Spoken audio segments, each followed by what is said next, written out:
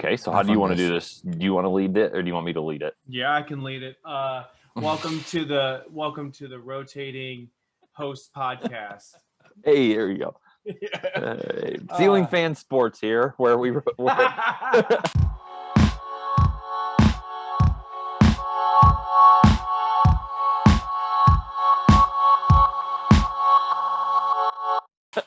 where the takes are made up and the hosts just rotate like a ceiling fan. That's right. The only consistent seems to be Nicholas Nussbaum. The guy whose name's not even in the name. Bullshit. It was in there last week. Last week, yeah. We were wanting to I was gonna ask you if you even noticed, because we were talking about that, if you were even gonna notice last week if it was in there. Right away, the whole logo was changed. All right. So Kenny, who with the terrible takes, he isn't here currently. He may be joining us, but we're going to move along as if he is not. So did you want to get into some of the like the college stuff, or did you want to do NFL first? Looks like it's pretty much all a lot of NFL stuff, so we that's a lot of football, Yeah. And this is exciting. Apparently, I think we're getting close.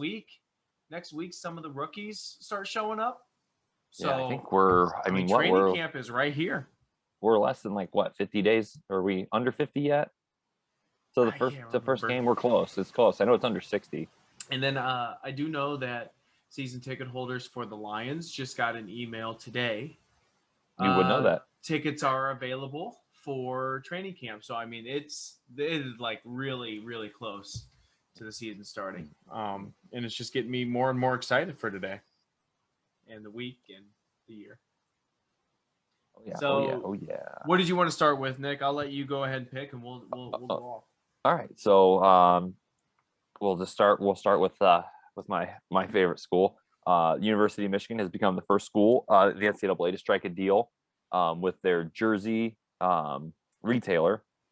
So now their players can actually make profits off of their jerseys when they're sold at stadiums and online and all that fun stuff. Well, at official Michigan, right? Yeah. Which would be, I think it's the MDen, I think is what it's called. Not that most people that listen to this will care, because it's probably not Michigan fans, but that's good. So obviously it's awesome, right? College athletes getting paid. Cool now that they're making money off endorsements and everything. But yeah. So my question will be, when Ohio State strikes their deal, inevitably. Yeah, right. Which I was kind of hoping Kenny would be here for this, but it is what it is. What player are you getting? If you had to buy a jersey, current players, who you getting? So they can make some money.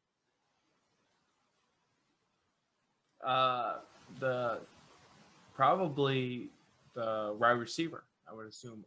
Chris Olave. Yeah. I knew I was gonna butcher his last name because I knew he put some French on it. Yeah. I would say him, but if you want someone that's going to be there, because this is probably going to be his last year. I believe he's going to be a senior this year. Yeah. You get the quarterback coming in, that 5-star recruit that might be starting. Right.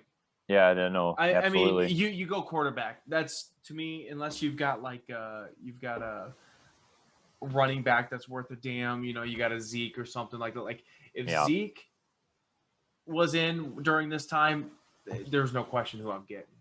Right. Yeah. If you're going if you were picking, but obviously they're going to make their money because, they're in the pros, they're going to make their money off all that stuff. But right. I was just curious of who you guys would pick. It'd probably be him. I enjoyed watching him last year, so that would probably be it, because I do think it's crazy that, but then again, people do it in the NFL. They got a rookie. Yeah. That they drafted first round, and people have got jerseys of him, and you're like, he hasn't played a snap yet. What? That's kind of fucking weird. You know what I mean? Yeah. Yeah. Jerseys are always a gamble. I have 3 or 4 in my closet that no longer play for the teams that they're on. No longer play for anything like that. That's insane. Yeah. For the Michigan fans wanting to know, I'd probably go with a Cade McNamara jersey, which is a quarterback. He might not even end up starting this year. I don't even know. Michigan football is terrible. Doesn't really matter. Basketball school, right? So there's that. Yeah. So along with endorsement deal talk, just another quick one. So Nick Saban was talking with like the Texas football some media outlet. Sophomore quarterback Bryce Young is approaching $1 million in endorsements. And I think it was Cash App, I think is believe what I said is who he's that's what you signed said with. Earlier. So kid hasn't even started a game. Nick Saban has not named a starter for this season. He's a former 5-star prospect coming out of high school, so obviously a big recruit. Obviously, him going to Alabama is making him this money. Okay. Yeah. So we discussed this a little bit before we started. If you're a top recruit, let's say top 50, are you even considering another school outside of the elite schools? Like, so Alabama, Ohio State, Clemson. Yeah, but give me an schools, example. Give me an example, like what you're talking about outside. All right, so let's go with this. I'm an offensive lineman. All right. There's an offensive line factory in the Midwest that plays in the Big Ten. They go by the University of Wisconsin. For sure. They're in the Big Ten. They are a Power 5 school, but they are a small market team. Mm-hmm. I would use what you could classify them as. Yeah. If you're an offensive lineman, let's say you love the line coaches, you're in love, but you've been offered by let's say Ohio State. Okay. Let's say you're from let's play the ladder here. Let's say you're from Indiana. You're in between Wisconsin and Ohio. You don't have no ties to any of them. Okay, you're down to Ohio State and Wisconsin. Big money here at Ohio State. You like the coaches. It's not like you hate them or anything, but you have Wisconsin over here who you're absolutely in love with as a school. Yeah. But over here, you got a big shot to make a lot of money. Offensive line might not be the best position when it comes to money, so I'm guessing you'll probably go with Wisconsin. But let's flip the script. Like, let's say quarterback. A big money position, quarterback, running back, wide receiver, skill positions that are probably going to make more than the fatties up front that we love the most. Well, I think, because I know that you said earlier during our discussion before this, you're like, you added like someone like Texas to the mix of like big mark. I would go, if I'm not going to go to these power schools, Clemson, Alabama, Ohio State, like you were saying, I'd go to a big market school. Right. Where there's still money, but I can be the superstar. Mm-hmm. If I'm a skilled person. Right. Nebraska, I mean, you want to take one, maybe even a step down from like Nebraska, or I'm sorry, Wisconsin that you were talking about for linemen. There have been quite a few like Arkansas guys. Yeah. That have been linemen. I mean, and they're just they're monsters in the NFL now. Brett Bielema's been at Wisconsin. That's why, or been at Arkansas, the old Wisconsin head coach. I mean, yeah, it's so. Yeah, offensive lineman probably that's a tough one. You're probably going to go, where you're got the best shot of going pro. Well, there's that, and then also you're going to go probably to somewhere where you're going to have other offensive linemen that are good. You want people to go, got the best line in the nation, because people are they take pride in that. And right. The problem, if you've got a shit fucking line or your quarterback's you're the one shining guy, no one really cares. The line shit. That's the problem. Yeah. With offensive linemen, it is a unit. Yeah. You can have one Calvin Johnson, and the rest are fucking garbage. You're still making a whole bunch of money as Calvin Johnson. It's not. It's not going to be the same for offensive linemen. Well, yeah, but it's like you said. I think we can start seeing some more of these big recruits, USC, Texas schools that haven't been great in football, but are big money. There's big money in those universities. So you could definitely see that happening. Let go of that. Thank you. Sorry. But yeah, I think that's going to be interesting. I think it can either really stack the deck for some schools like Bama, Ohio State even more, or it could actually even level the playing field. It's kind of going to be fun to see how it plays out. All right, so let's flip over to the NFL.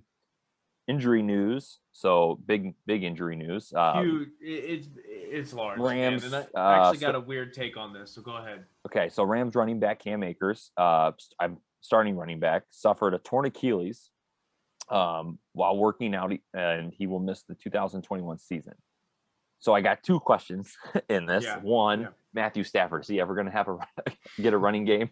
No. Well, he had one that was started last year, and just a shit team though. Right. So when he does have some resemblance of a running game, he doesn't have a team around him. And then when he does have like an elite defense, number one defense in the league, he has no running game. Yeah. Right. So probably not. To be completely honest, here's the thing with that. Now you're getting along the lines, and I know everyone's going to say better coach, better this, better that. You know what I mean? Okay, I get it, guys. Yeah. Right. I get it.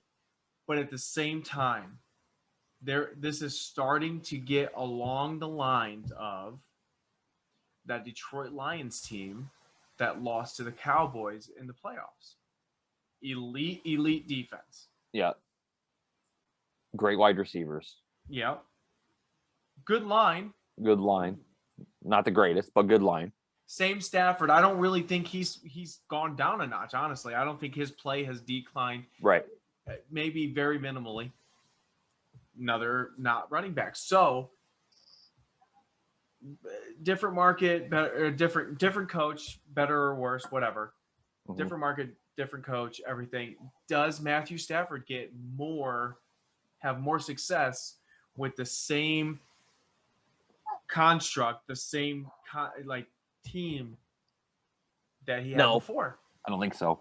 I think that's a pretty actually good comparison there. I think the difference in those teams would be there's kind of two differences. So there is a lot. I mean, Jalen Ramsey was better than any cornerback. Well, the Rams defense is better than what that Lions defense was. Sure. We were number one in the league that year, but talent wise, right, Rams has more talent. Yes. So you have that difference, which could help out. But the other difference is too is you had Calvin Johnson.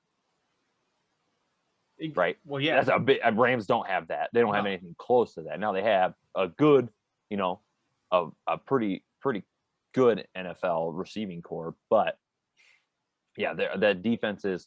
So it's kind of fit. So like that's where I kind of think I don't think it will. I think they're a playoff team still without Cam Akers. You can always find a running back to fill in for carries and all that stuff, and and if your line's good enough, sometimes the running back doesn't matter really. As long as they can find the hole that line's creating. Well, I guess that kind of shows. I mean, you saw that a little bit in Pittsburgh, didn't you, with James Conner that first year, right after Le'Veon went. Yeah. You guys had a good line. You had to have had a good line that year because James Conner had a lesser line in front of him. Booty cheeks. Yeah, right. So yeah, I think you are right. If you have an elite line, which I don't think that the Rams have a bad line. They probably have a rather good one.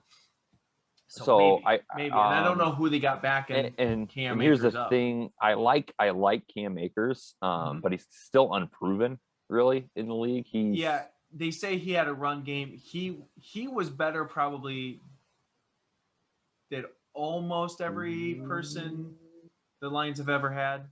Stafford. Mm-hmm.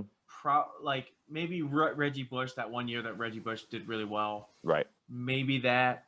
But yeah, he's better, but he's not a world beater. He's not I don't know if he's on yours, but he's not on the list of guys that we rank top 5. He's not. His thing is he's not proven yet. So like that raises the thing with me, is I don't know if it really hurts him that much because, I mean, he's had was it last year he was hurt too? Who's that? Cam Akers was hurt last year too, up in and out. He was he missed a bunch at the beginning of the season, if I remember right. Mm-hmm. So it was his rookie year where he shined, and it's just like, okay, cool, but like, what have you done for me lately? I mean, you're not staying on the field. Like I said, I didn't even think of his name in my top Right. 7, like I was talking about. But promise is a motherfucker in the NFL. It doesn't work. Yeah. You can have all the promise you want, but you got to produce. And unfortunately, in his very short career, he's had a little bit of problems with injuries. Yeah. So did Matthew Stafford. Cam Akers, you could absolutely get better and have a solid, long career, and I hope you do. But you're right. What have you done for me lately? Yeah, so that's why I think the Rams are definitely still a playoff team. Yeah. I like here's the thing is people, think Rams are potential Super Bowl team coming out of the NFC. They can challenge the Bucks because their defense is really good and everything.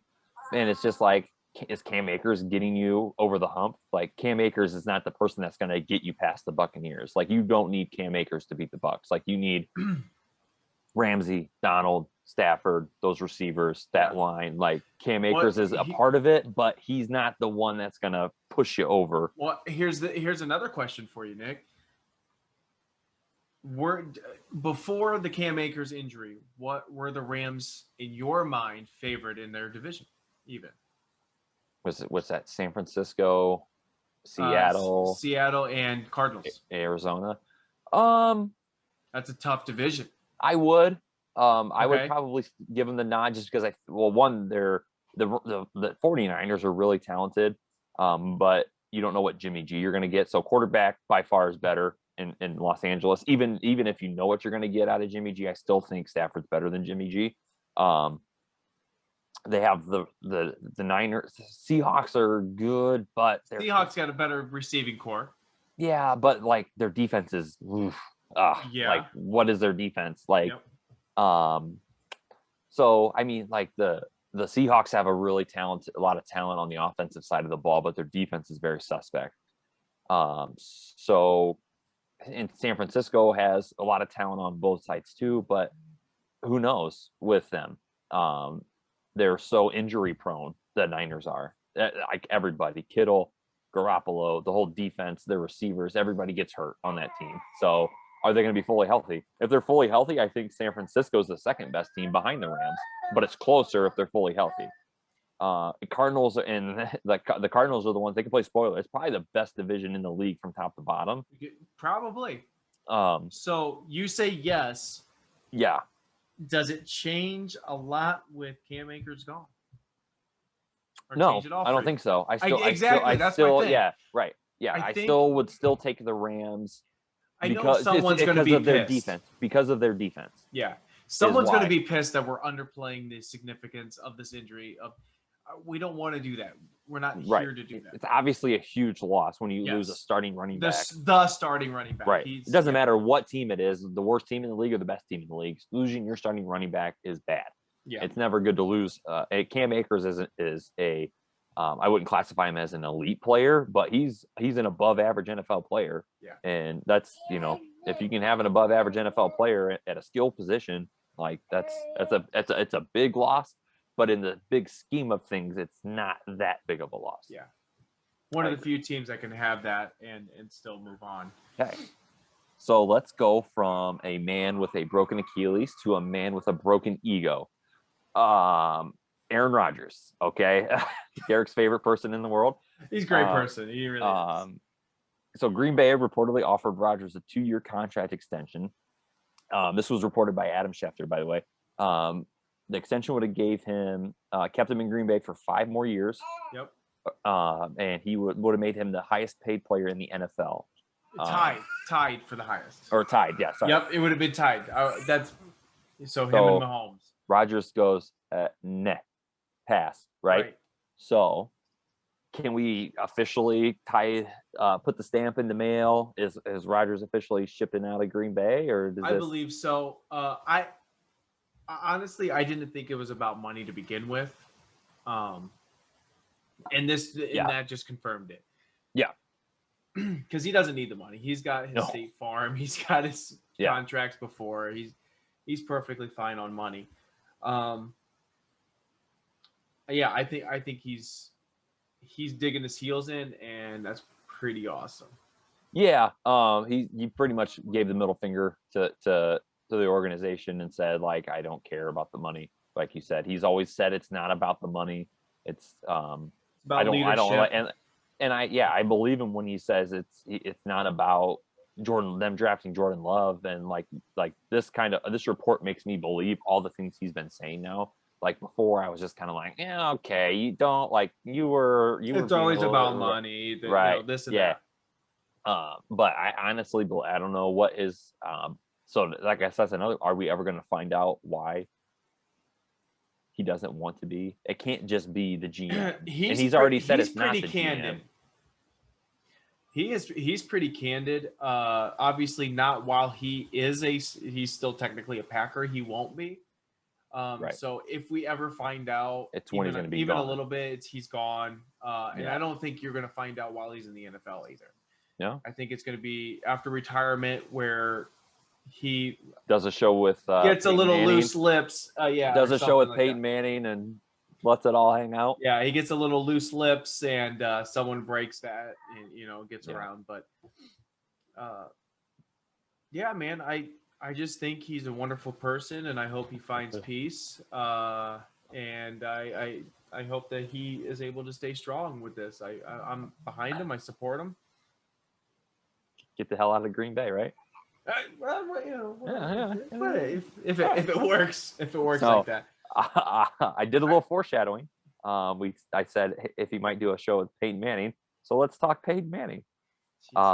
Peyton Manning and Eli are now going to host an alternate Monday Night Football broadcast on ESPN2. It will be 10 games for the 2021, 2022, and 2023 seasons.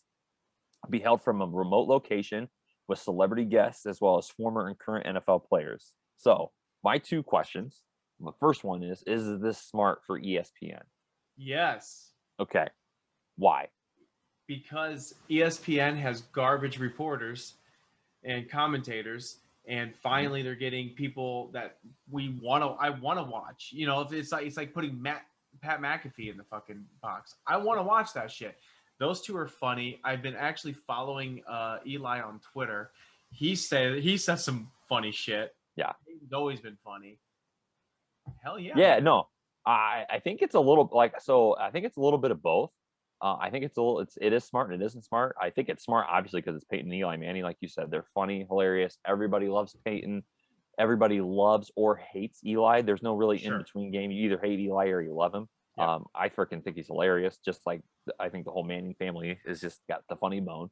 But obviously, it's smart in that aspect. It's going to get a lot of viewers. People are like, but here's the thing: it's on ESPN2. So are you now going to piss off your ESPN guys, Louis Riddick, Greasy, and I'm trying to think of who the host is the third one for Monday Night Football. Is it Steve Levy? Is that who it is with Greasy and Louis Riddick? I think that's who it is. But either way, so now, do you piss them off that you're going to have an alternate show? Because I'm going to be the first one. I'll say it. I'm not going to watch ESPN on those 10 games. There's 17 games this year, right? So there's going to be 17 Monday. Well, there'll be 16 because normally the last week they don't have a Monday night game.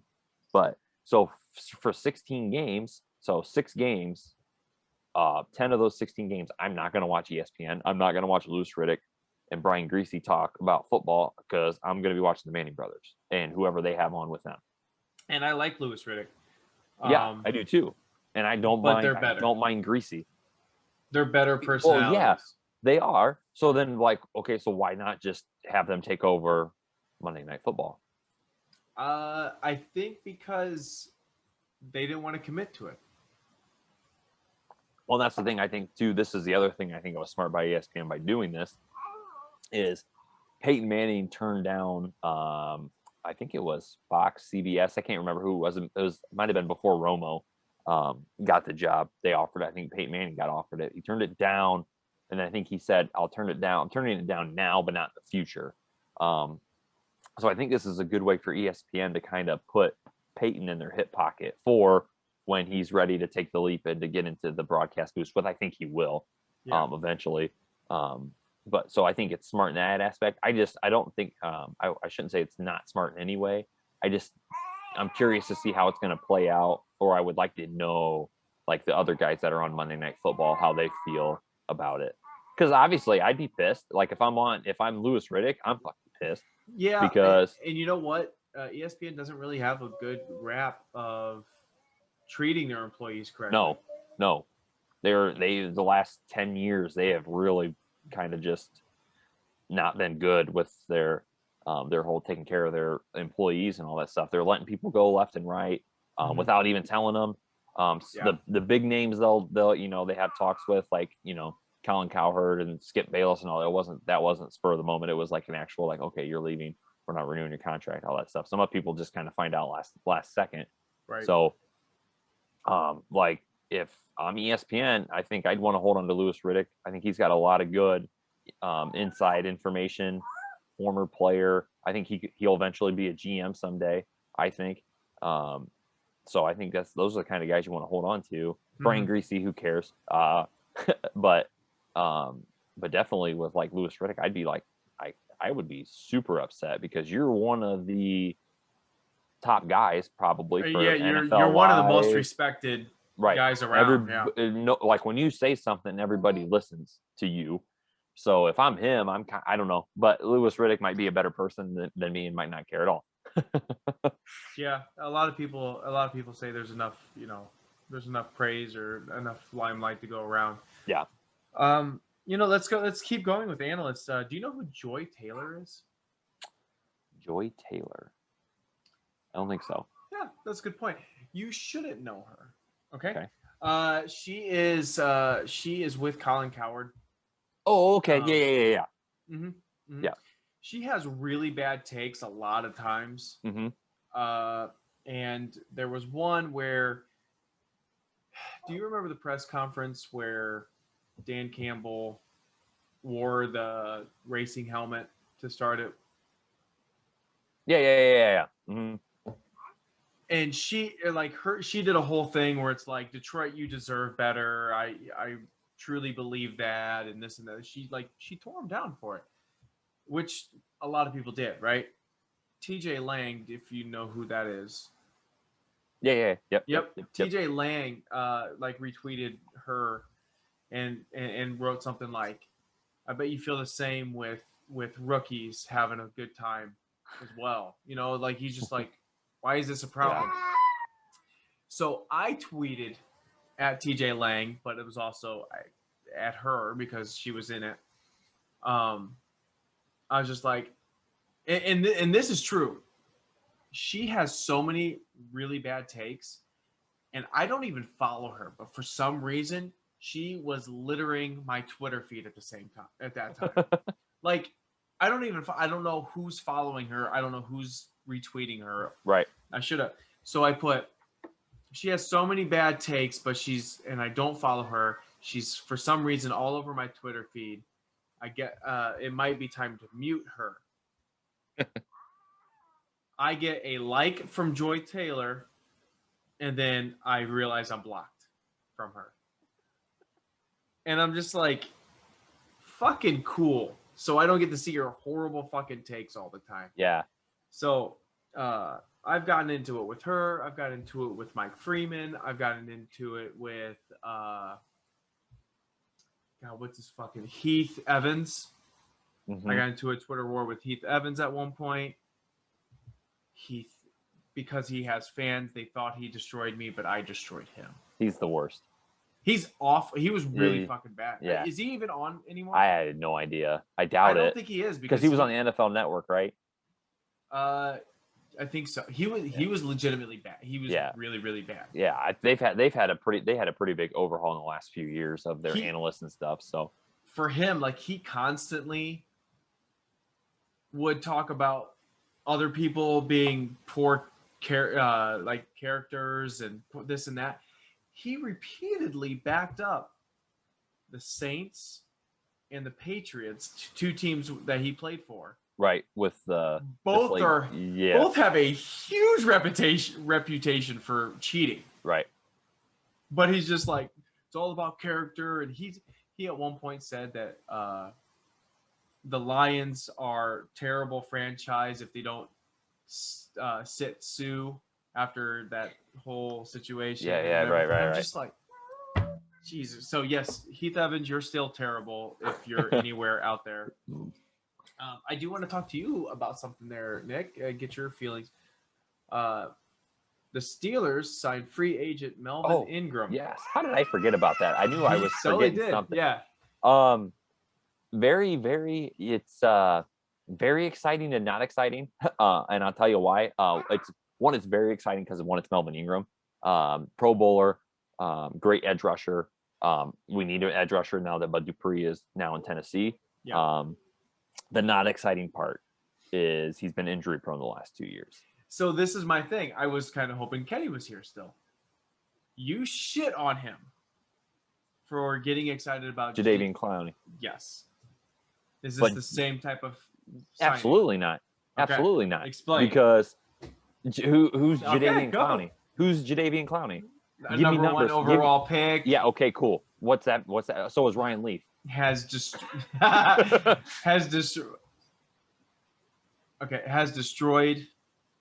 defenses before. He has. So has Melvin Ingram, but he's not even the better one. This is where I need a research department because I want numbers. Okay. Melvin Ingram has done something in his career. Multiple time Pro Bowler. Him and Joey Bosa were top, like labeled the 2 best pass rushers in the game, tandem in the these. I mean, Melvin Ingram has been elite for multiple years in the NFL. Jadeveon Clowney, I have never considered an elite pass rusher since college, or outside linebacker, whatever their positions are considered. All right. Is Jadeveon Clowney a freak? Yes. Is Jadeveon Clowney a great athlete? Yes. Could he beat the crap out of me? Yeah. Cool. Don't care. Don't care. Don't like him. I don't think he is. He's good signing for the Browns because depth, obviously, and he's been good. I'm not saying he's bad, right? But Melvin Ingram has been elite in the NFL. Okay. Jadeveon Clowney has showed spurts of elite in games, but Jadeveon Clowney has never been elite for seasons, right? Melvin Ingram has been elite for seasons. So for Pittsburgh, just the same way it is for Cleveland with Clowney, it's a low risk, high reward, right? Because if you get the best Jadeveon Clowney's been since, when he was at South Carolina and the number 1 overall pick, right? Boom, then great signing. Okay, cool. If you get that Jadeveon Clowney, all the power to you, which I don't think they will get because I don't think he's that great. But Melvin Ingram, he's been injured. I'm going to give him a chance here to, sometimes guys, how it is in professional sports, and it doesn't matter what sport it is. There's always that 1 season, 2 seasons where guys find the fountain of youth, outside of Tom Brady, obviously, where they come back after been injured a lot, and then they have a season where they just play out of their mind, and then you never hear of them again. And if that's what Pittsburgh gets out of Melvin Ingram, I mean, awesome. He's going to get to play. So if he, they're similar. So what do you want? What stat do you want? Do you want sacks? Do you want career? Give me their overall. I mean, just sure. Saying, how many times has Clowney been a Pro Bowler? Okay, that I don't know. You know what I mean? Okay, that I don't know, but I will tell you that Melvin Ingram has 2 more years on him. Okay, so start with that. Sacks for Ingram is 49 and Clowney is 32. Okay. So 20, I guess 17. 17. Okay. Average. But I mean, do we have sacks aren't everything. I mean, you got hurries. Pat, does he go in pass coverage like that? I don't know. Melvin Ingram does have 3 career interceptions as opposed to Clowney's 1, if that's what you want to go with. Well, I'm not. I mean, I'm just talking I don't know a whole lot with their pass game because they're technically considered outside linebackers, But I get you. But do they play in coverage and all that stuff? Melvin Ingram over his career has averaged 5.4 sacks a year, and Jadeveon Clowney 4.5. Okay, so almost an entire one full sack more, but that's over a career with 2 more years. Right. I really don't think it's that different. But okay. but here's the thing. Melvin Ingram has been consistent for the most part to start his career. Clowney was pretty offbeat at the beginning. Well, he was pretty injury prone, if that's what you're getting at. Yeah. I mean, Melvin Ingram's, I'm pretty sure, I think he's had 2 or 3 seasons. He's had double-digit sacks. So, I mean, that's. Who are you saying? Ingram? Ingram. He had 10.5 sacks twice. Yeah, it's from like, I've read it. It's like from 15 to like 19. I mean, he was pretty consistent, like in that 7 to 10 range from 2015 to 2019. You want some stats here, bud? I mean, we don't have to go in depth. I'm just saying. Okay. Like, how many times do you think who do you think has more Pro Bowl nods? I think Ingram's got 3. Okay. I don't know how many Clowney has. But who do you think has more? The fans vote, so it's probably Clowney. Actually, they both are exactly the same. Oh, okay. So they both have 3. They both have 3.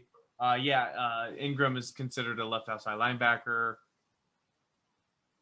Clowney is right outside linebacker, right defensive. I mean, it's kind of weird. They're the way they have everything, but it is what it is. I mean, I'm telling you right now. To me, I don't believe that it's that different.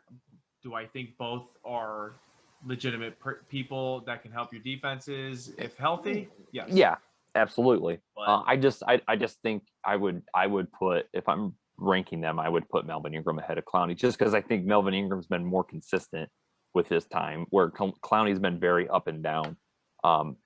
Ingram, since he's been a rookie, it's probably his rookie season and the last year where he barely even played is where he's, he hasn't really produced. Is he the best defensive pass rusher ever? No. Like, is he better than Joey Bosa? Nick Bosa, Garrett, right. Garrett, Chase. Freaking all those guys that are really, really good. No, he's second tier. I mean, when he's at his best, he's still a second tier defensive end.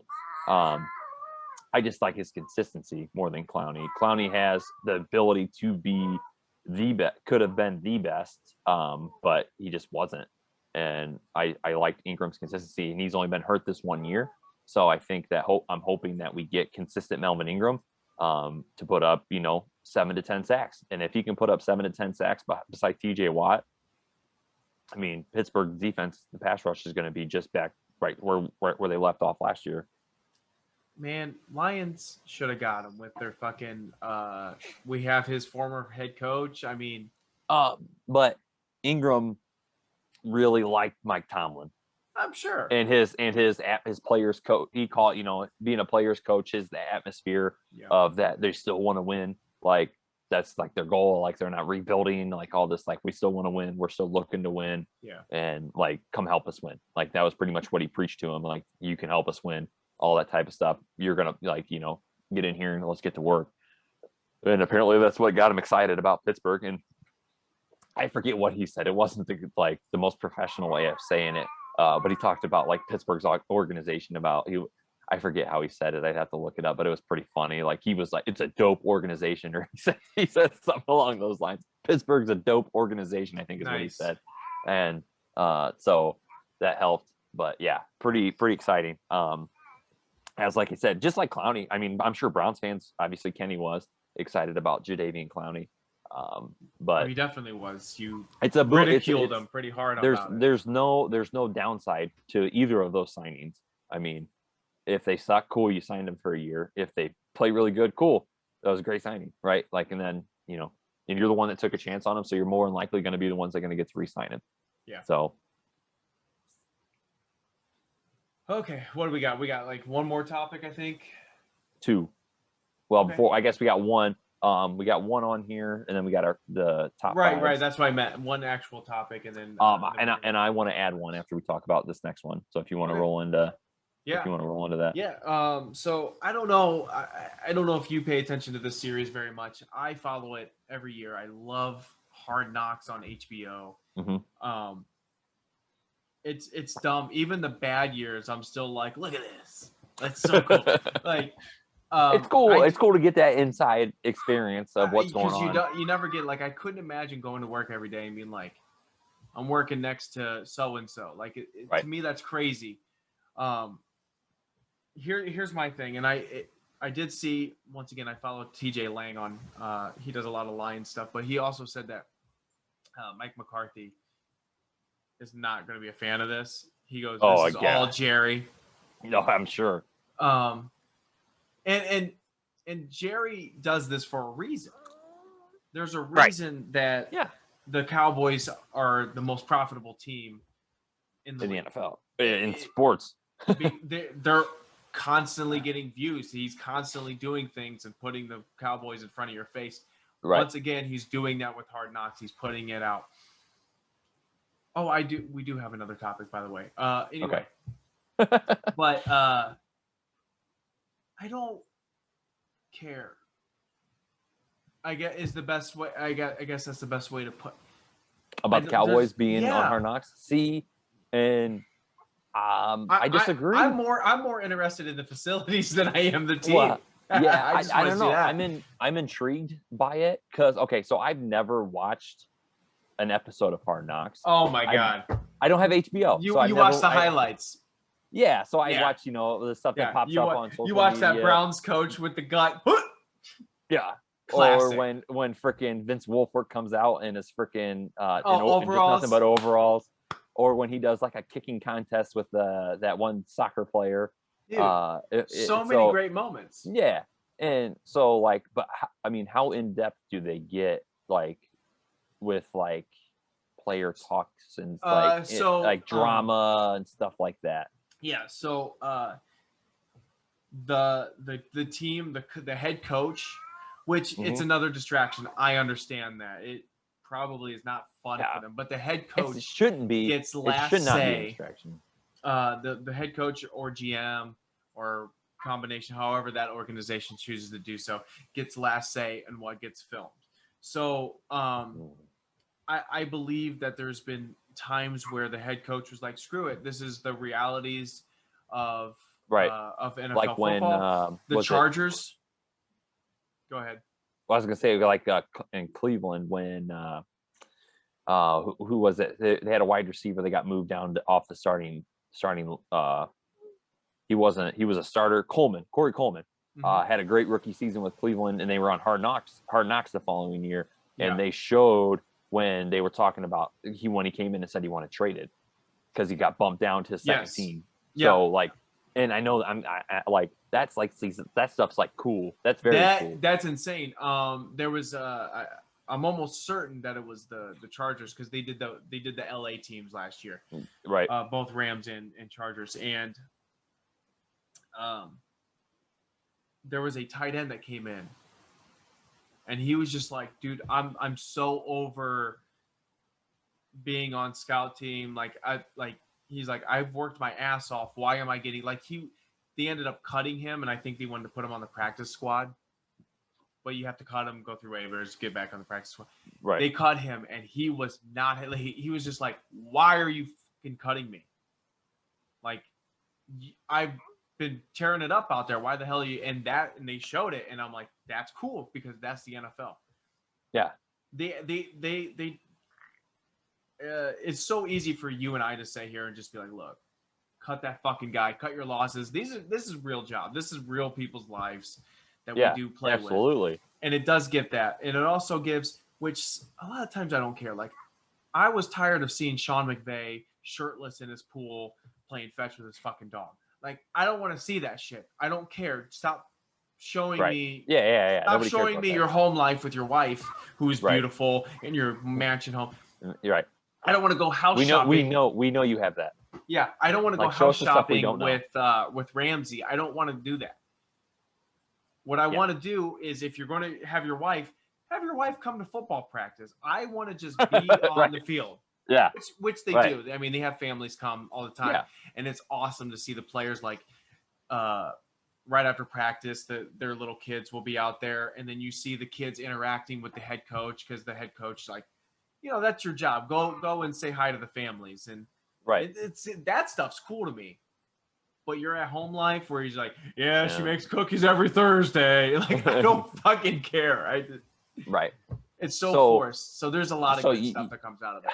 See, so you see, like, I'm very intrigued by this with the Cowboys. There's been a lot of drama with the Cowboys, so I'm curious.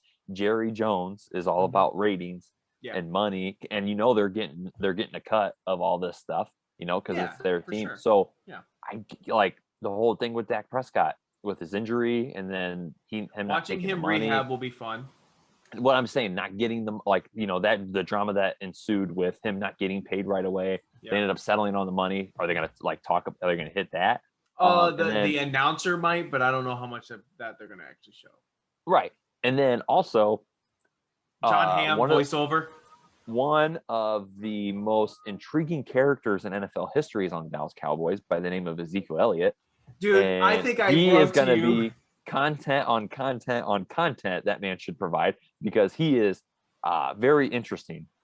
He's I would consider him like a weird guy. Like, Dude, I wrote to you when they made this announcement, right? yeah, I said I'm not interested in watching Zeke come with his to belly, practice with his six pack hanging out or whatever. well, looking like Tracy Morgan from the fucking longest yard. Like, fucking relax, dude. He's got the stupid fucking hairdo with his crop top because he can't ever wear a full shirt. But Zeke's an interesting guy, right? I want to know what goes on behind the scenes. How does Ezekiel Elliott think? I want to know how this works. I'll tell you. Let me tell you right now, because I've been around it in college and I've watched Hard Knocks enough. Zeke is the guy that wears the slip-on sandals and never picks up his feet. All you hear is the whole time he's walking. That is Zeke. Okay. Yeah. And while he's coming in to talk to the coach, he's rubbing his stomach for some reason. Right. Yeah. For no reason, or sticking his finger in his belly button.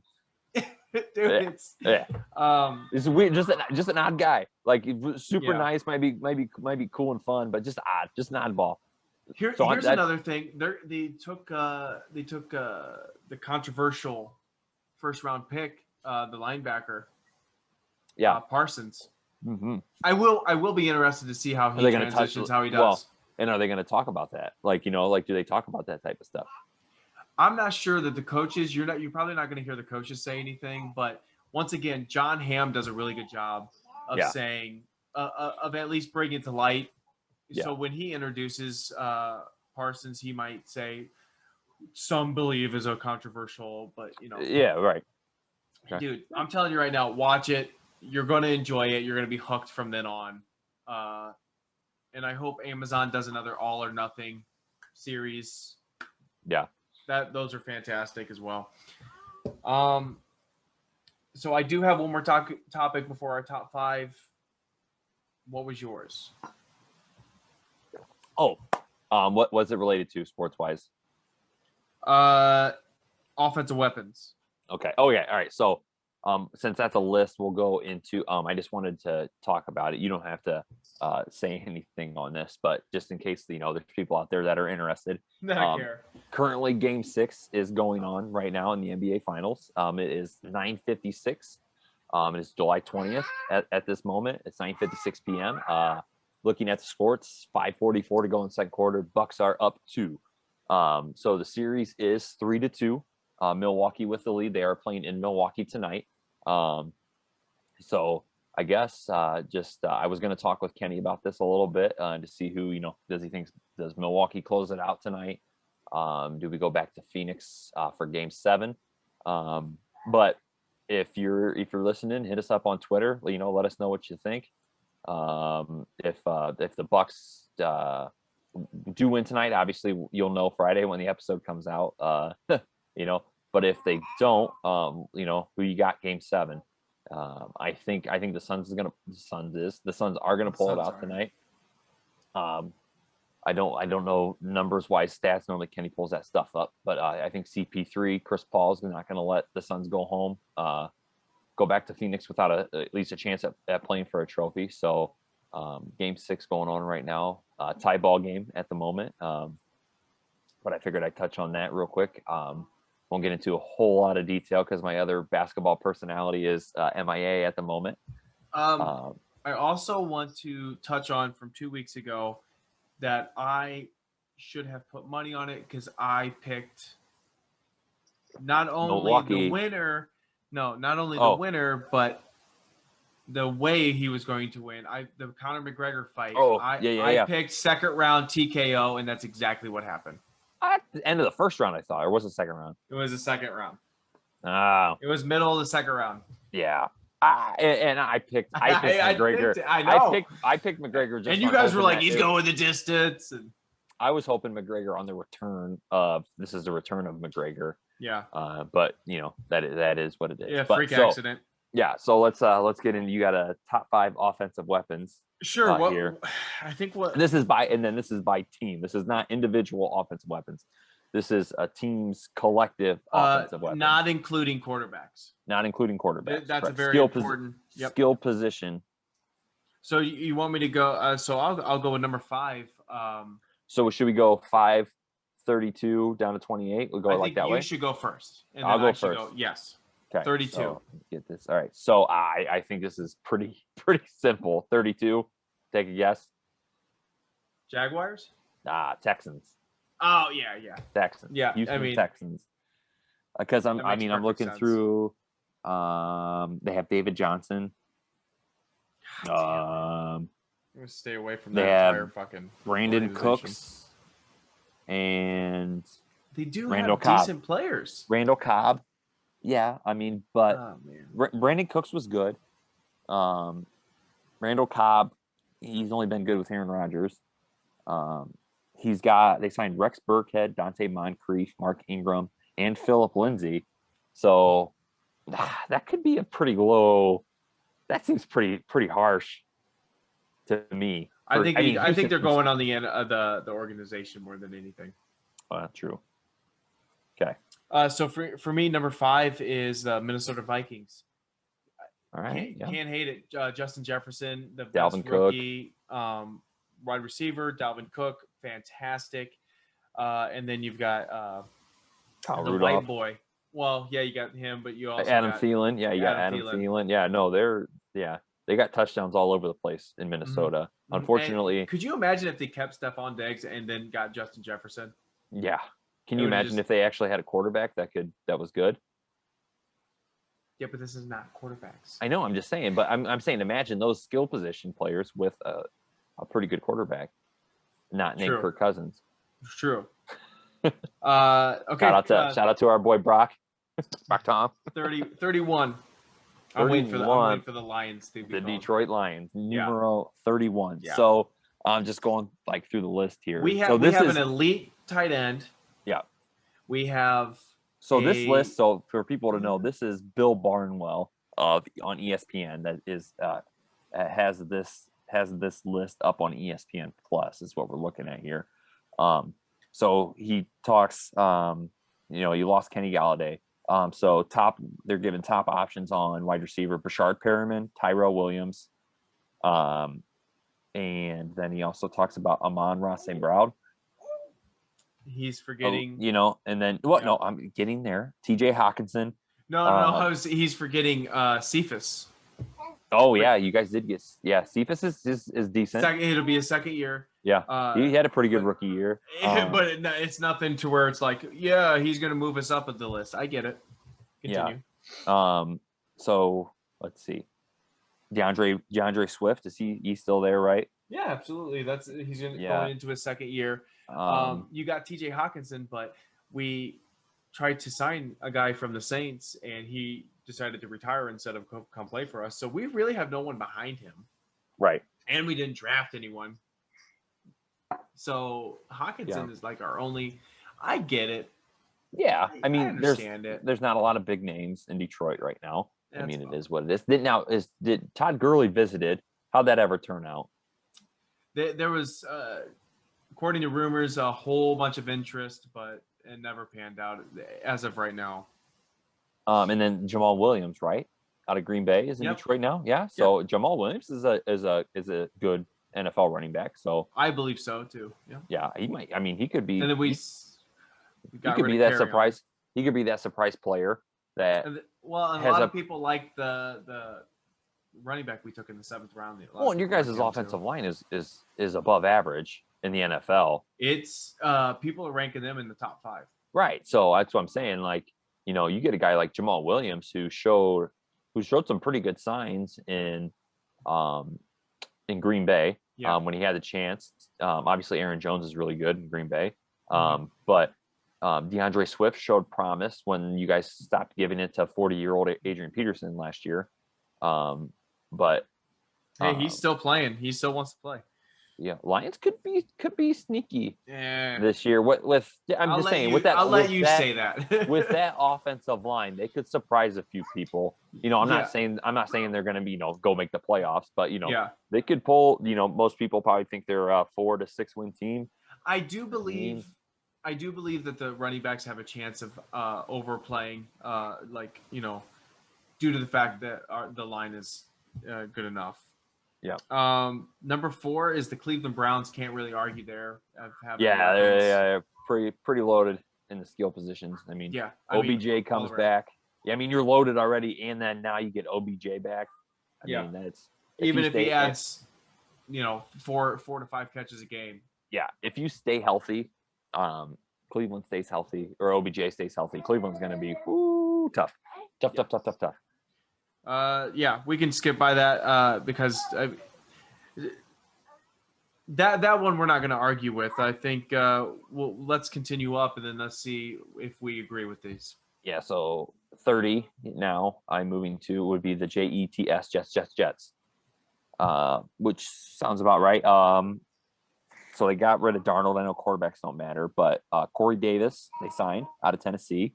He's good. Yeah, good NFL. Elijah Moore.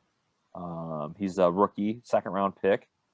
They also signed Keelan Cole, Jamison Crowder, which are 2 Crowder's good, solid sure. NFL possession receivers. Chris Herndon, they talk about Chris Herndon. Tyler Croft, they have a tight end who was in Cincinnati, had some pretty good showings when Tyler Eifert was hurt every year. But they have Tevin Coleman and LaMichael P. Ryan at running back.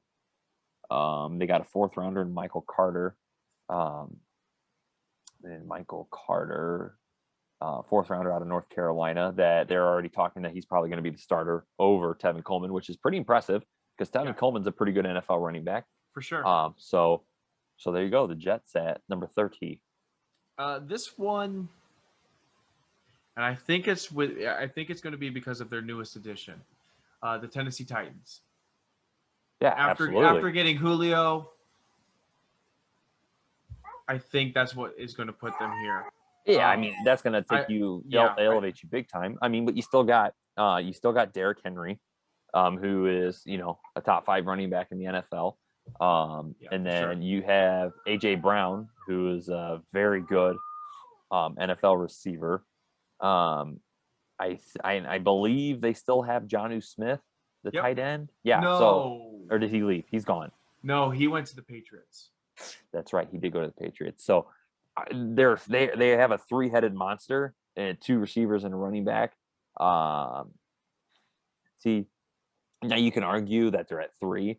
I wouldn't put them above the Browns when it comes to skill positions. I mean that I think Nick Chubb and Hunt hold more pop than Henry and Henry. Like, you know what I mean? Because Tennessee doesn't really have a backup running back. True. Where Chubb and you know what I mean. You got 2 viable running backs, right. And then I think Julio Jones here, Odell here, but then you go Odell, Jarvis Landry, then AJ Brown, in my opinion. So I think you have 3 top tier receivers in the NFL. AJ Brown, I don't think is cracked top tier yet. He's pretty good NFL receiver, for sure. But the Browns have 2 top tier receivers in Landry and Odell. So I mean, I would I would give the nod to I agree. the Browns, but if you're going to keep them this high, the Browns should be higher. Yeah, and I think 3 is not high enough for Cleveland. Okay, and I'm a Steelers fan, but we'll get into that. Let's continue. So this will be number 29. Let me scroll back up to number 29. We have the Philadelphia Eagles. And this blew my mind because if you look at the Eagles roster, go ahead. It is weird. So they added Devontae Smith from Alabama, Heisman Trophy winner, right? Big, right? Great skilled receiver. Is he took it right in front of the Cowboys? There's a lot of questions with him. He's skinny. Is he not big enough to be in the NFL? All that stuff. Blah blah blah. Whatever. Talented dude. All right. Yeah.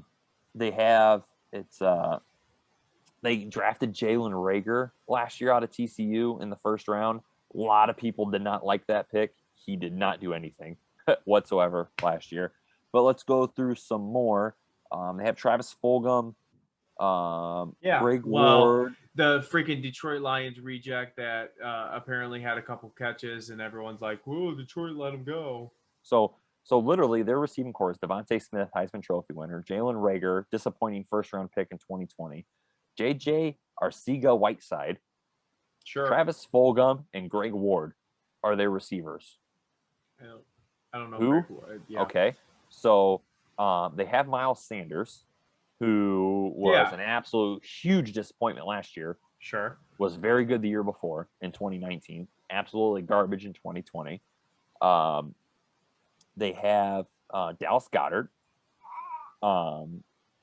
You know, he could be good. I got onto that one. I fucking picked them up after like and they have Zach Ertz, but I don't know how the whole situation's going on with Zach Ertz. Because I'm pretty sure I think he's hurt right now, Zach Ertz is, but they have an elite receiver or elite tight end in Zach Ertz and a really good backup in Dallas Goedert and a potentially really good running back in Miles Sanders. But that receiving core is absolutely god awful because one, you don't know what Devontae Smith's going to be in the NFL. Is he going to be a take the top off the defense? Is he going to be come across the middle, be a possession receiver? Is he going to be both? Is he going to be an all-around superstar? Is he going to be a high-end Wes Welker, like, Right. Yeah. Or, is he going to be a Jarvis Landry or is he going to be a Julio like Jones? Like, is he going to be a superstar wide receiver or is he going to be the top tier receiver that's really, really good, but he's not a superstar? Right. So you don't know. So like you go through that Eagles roster, it is not. I mean, they won a Super Bowl, 3 years ago? 2 years ago? 3 years ago. Chiefs, Bucks, right? Eagles, Chiefs, Bucks, I think is how it went. It might have been even longer than that, but man, that Eagles roster has just gone. Well, along with the, yeah. I believe it's the GM, the coach got fired because he was speaking his mind and the GM got rid of him. Yeah. So, okay, so let's go to number 2 here. Mr. Hard Knocks here, Dallas Cowboys. Yeah. Number 2. Amari, fantastic. Zeke, great. Good. He wasn't the greatest last year, but CeeDee Lamb, I think people had loftier expectations for him. He was a really good rookie. He was good with Dak Prescott. Okay. But what I'm saying is like I think people had too high expectations for him. I think if they were lower expectations, you'd go, dude, he put together a solid rookie season. But because for some reason they thought he was just going to explode, it makes it look like he didn't succeed as well.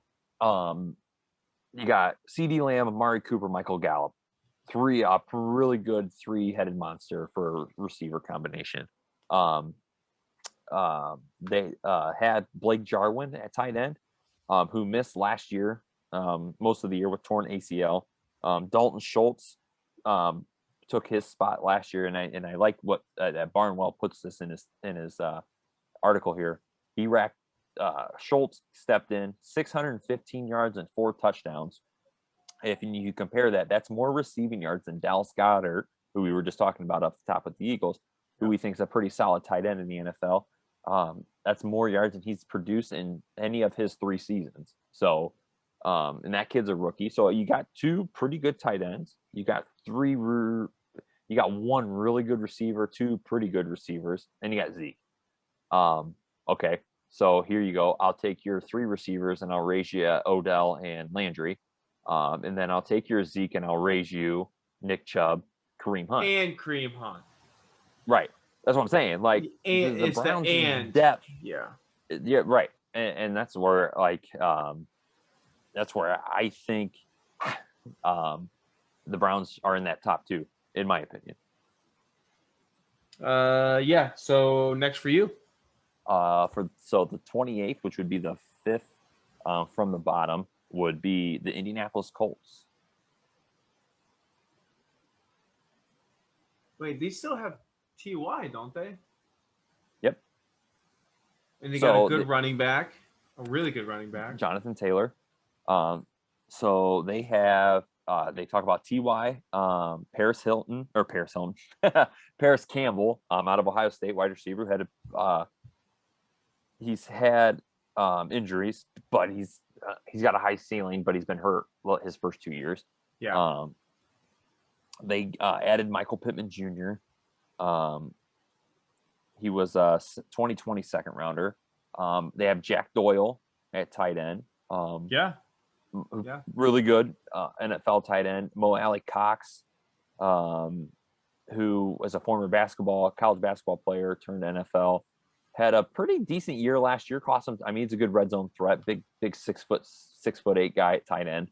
And then Jonathan Taylor, and Naheem Hines. I mean, it seems pretty disrespectful that the Colts are that high. This one doesn't. Yeah, this one they're saying excluding quarterbacks, but it seems like they're taking the quarterback into account on this one. Yeah, because now we get into the 27th, which would be like 6 on this, or New England Patriots ahead of them. They talk about Jonnu Smith, Hunter Henry, which boom. If those 2 are healthy, that might be the best tight end combination in the league. Total. They got Nelson Aguilar, who he's been okay. We're still waiting for him to break out. You know what I mean? Let's see. Kendrick Bourne and Jacoby Myers at receiver. Yeah. Remember those names? Julian Edelman, who retired. N'Keal Harry, first round picks, requesting a trade. Then they have Sony. And so now they have Sony, and N'Keal Harry was garbage in New England anyway. And then they have Sony Michel at running back, who is hurt all the time. He's really, really good. Sony Michel is probably the best injury-prone running back of all time. Like, his numbers are really, really good when he's playing, but he's hurt all the time.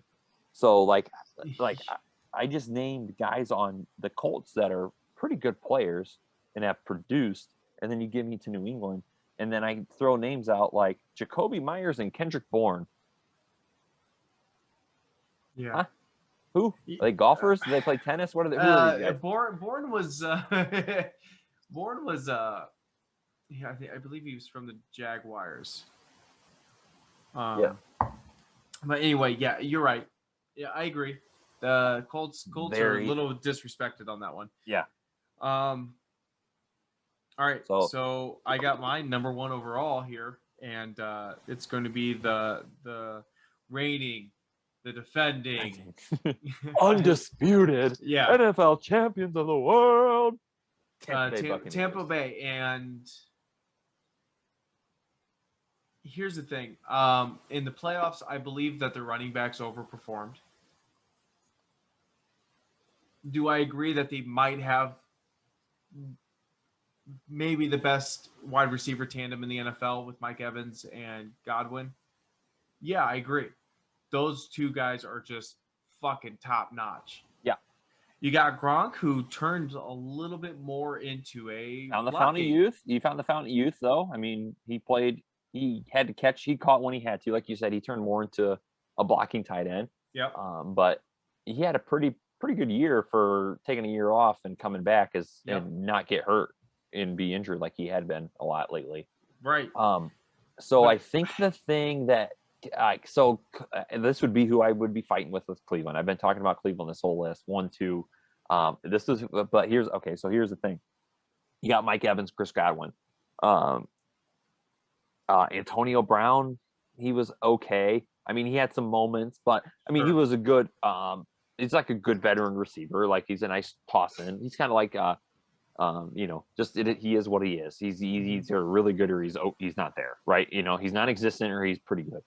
But what about Scotty Miller? Let's get a shout out to Bowling Green State University. Go Falcons. Let's also get a shout out to like the playoff game hero. Yeah. Is Scotty Miller going to be Scotty Miller? I mean, Brady loves Scotty. Brady loves his white boy wide receivers. I don't know why, but they just seem to he has a connection with these dudes. But is Scotty Miller going to be the same? So that's a big question. Antonio Brown, whatever. Like, yeah, he's Antonio Brown, but he's not Antonio Brown. He's still a solid professional receiver. So and Hollywood Brown, do you think he's better or worse than Hollywood Brown from the Ravens? Is he on the Ravens? No, he's not on the Ravens. Or maybe I'm thinking of the wrong guy. The third guy for Cleveland. Yeah. Why am I thinking? Let me look. I'm pulling up the Browns. So they have Cleveland Browns depth chart as of right now. Yeah, so they OBJ, got Jarvis. Yeah. So see, I mean, they have OBJ, Jarvis. Then you get into Rashard Higgins. Okay, so Rashard Higgins is Donovan Peoples-Jones. Is Antonio Brown better or worse than Higgins? Man. It's tough to say. And because I think Mike Evans is better than OBJ. Recently, at least. Yeah. Sure. In the last couple of years. Yeah, absolutely. Because OBJ hasn't been on the field. So Mike Evans is obviously better. You can even argue that Goodwin has been better. Godwin, whatever.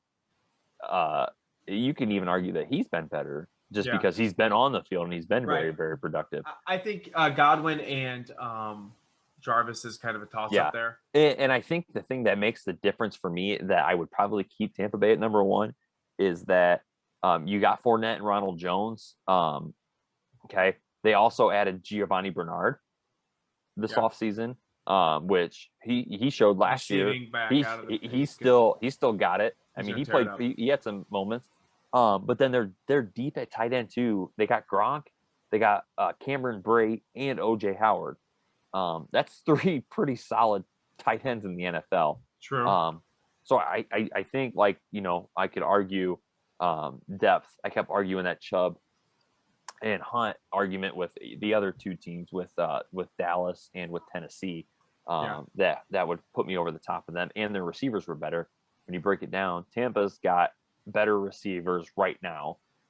If OBJ comes back fully healthy and is OBJ, then that might be a different discussion we can have at the end of the year.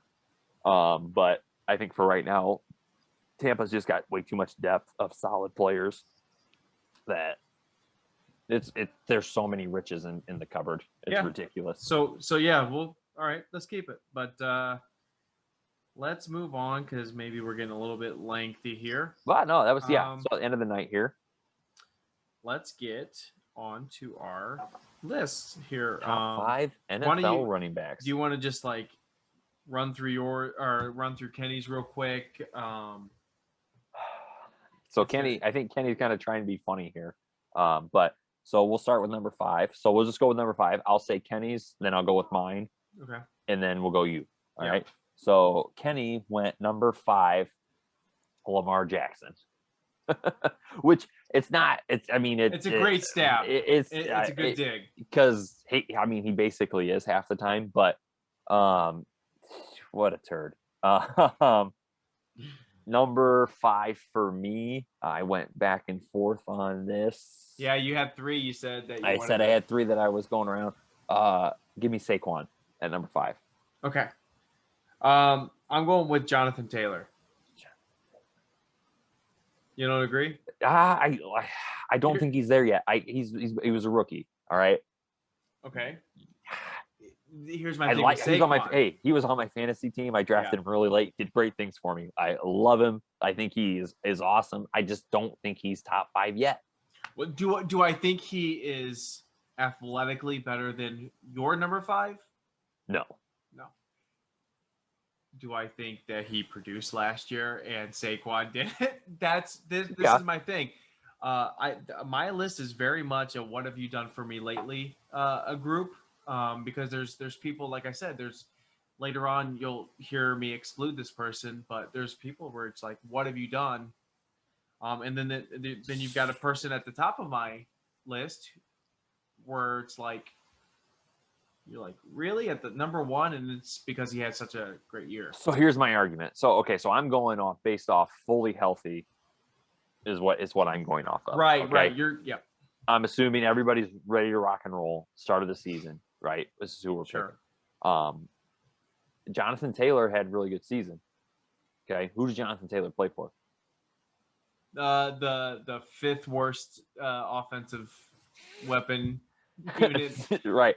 Okay, which is wrong. But what does he play behind? One of the best offensive guards. lines. Yeah, I mean, he plays behind a great offensive line. Yeah. And who does Saquon Barkley play behind? Saquon Barkley plays for a crap team and a crap line.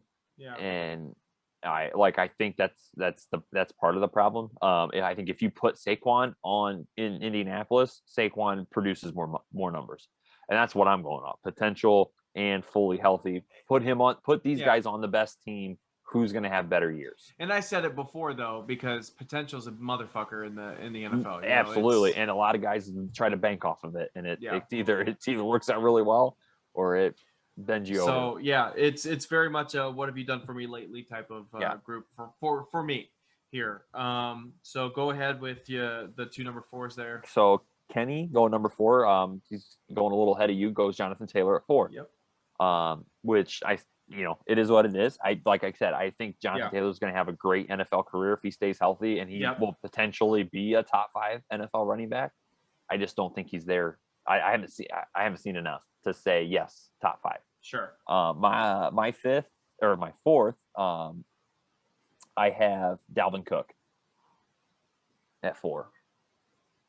Okay. So I've got Nick Chubb. Okay. No one's going to argue that he's in the top 5. So no, he's definitely in there. It's just the only argument is where. Right. Type of thing. Absolutely. So we can probably go past that. You're probably going to argue with me. Well, you had Nick Chubb at 4?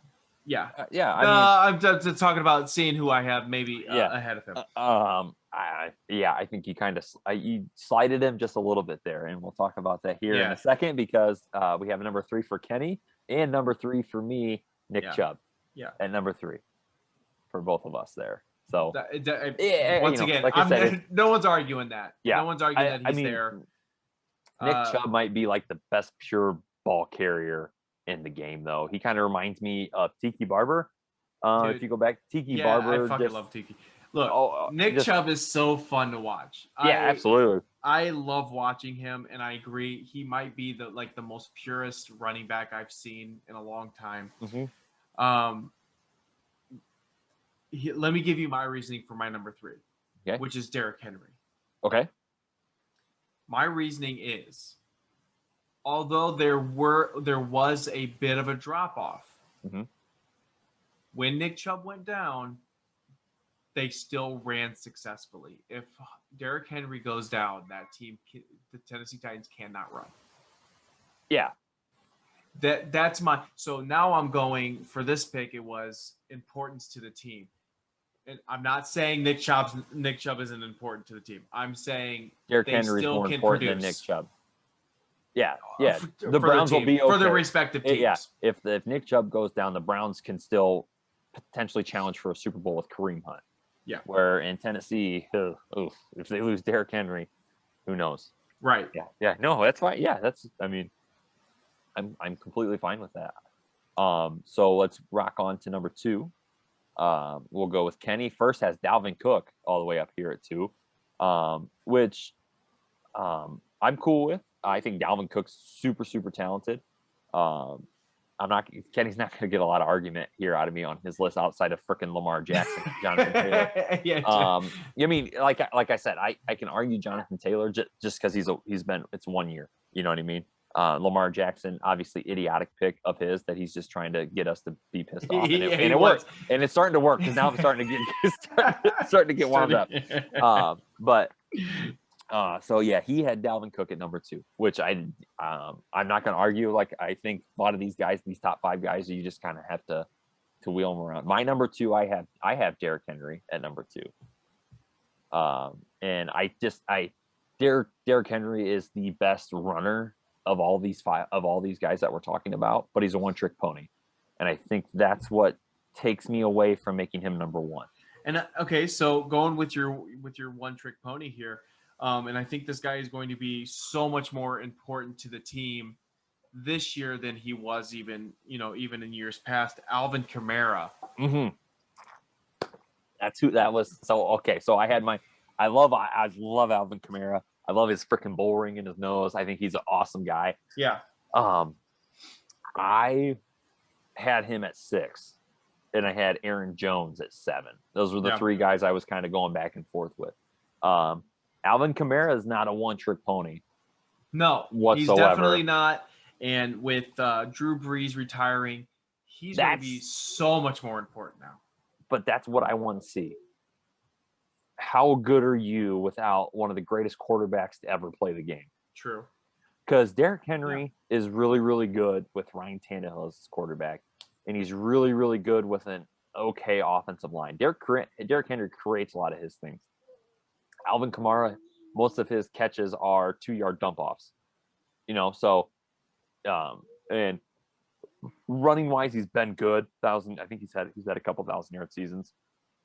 He's definitely exceeded expectations. I love him. I think he's awesome. I'm just curious to see what he can do without Brees. I think that's what deterred me away from the right now fully absolutely. Healthy.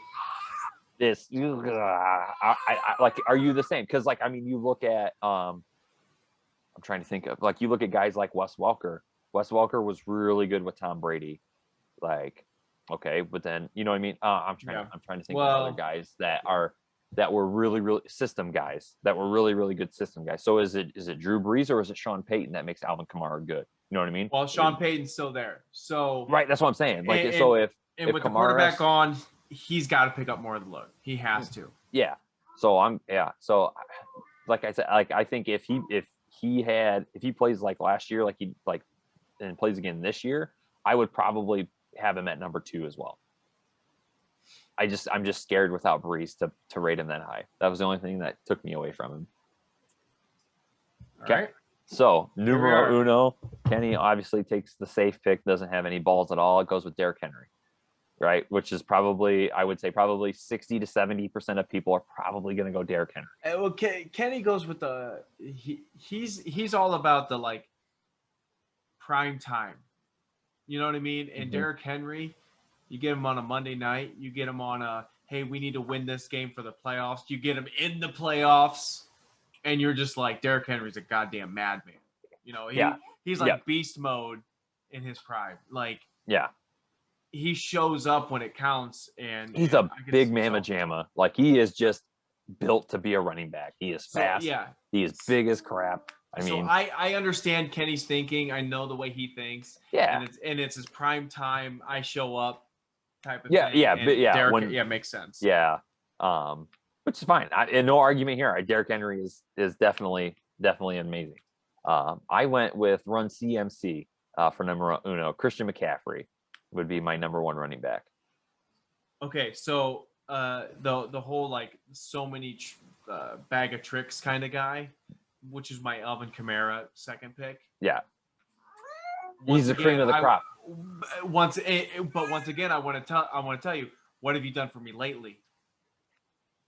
He didn't last year. Wasn't it? You know what Christian I mean? McCaffrey is the best all-around running back in the game. today when fully healthy. Yes, that's When- the thing. Okay, Fully so he healthy. got All okay. these, So you're all gonna these have asterisks to do it, okay. but he's So great. He had one injury. He got hurt last year, right? He missed last season. Yeah. Okay. Like that's one. It's one time. How many guys have Look, I get it. I get it. I knew you were going to get mad about it. God, because I think I really want to know who you have at number one. Well, I think he's great. I'm going kind of like importance to the team, and also I'm going with what you kind of did last year. My number one is Dalvin Cook because I watched him single-handedly beat fucking fantasy teams last year. Yeah, no, with his 200-yard games and just destroy like. This is last year. If you asked me 2 years ago, Dalvin Cook's not on my top 5. No, absolutely not. Yeah, he might not even be on my top 5. Yeah, he's hovering 6, 7, 8 that area. Yeah.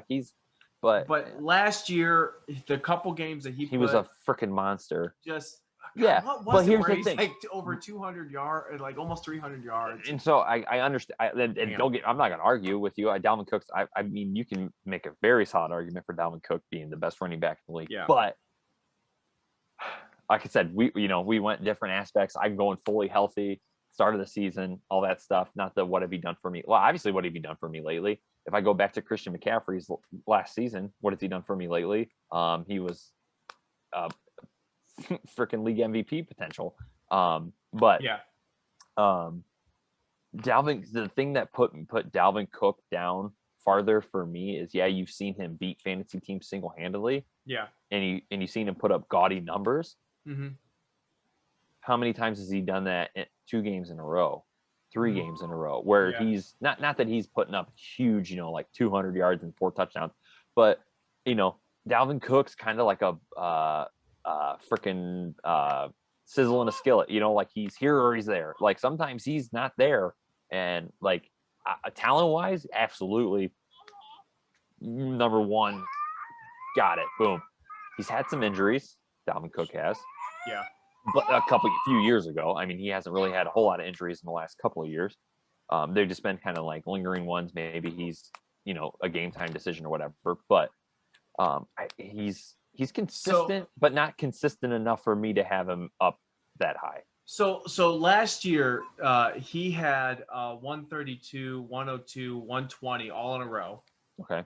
And then he had a game, and then a 115, and then a 96, which was close.